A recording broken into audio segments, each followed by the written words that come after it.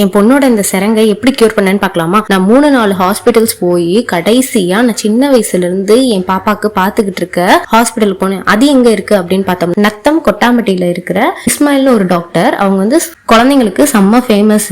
ஒரு 2 ஊசிலே பயங்கரமான டிஃபரெண்ட். 2 ஊசி போட்டாரு, 2 டேப்லெட்ஸ், அப்புறம் 2 ஆயில்மெண்ட், அதுக்கப்புறம் சோப்பு, அதுக்கப்புறம் 2 டானிக் கொடுத்தாரு.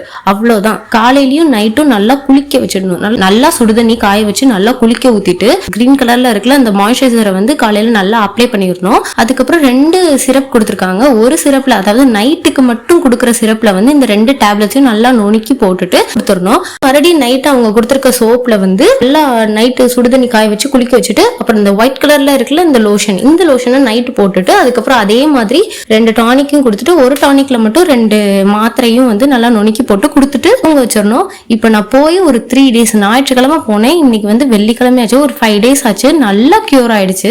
இந்த மாதிரி உங்களுக்கு வந்து ஏதாச்சும் வித்தியாசமா வந்திருக்கு அப்படின்னா, நம்ம சின்ன வயசுல இருந்து குழந்தைங்களுக்கு பார்ப்போம்ல, கரெக்டா இருக்கும். அந்த ஹாஸ்பிட்டல்லே போய் பாருங்க. டிஃபரெண்டா வேற எதுவும் ஹாஸ்பிட்டல்ல ட்ரை பண்ணாதீங்க.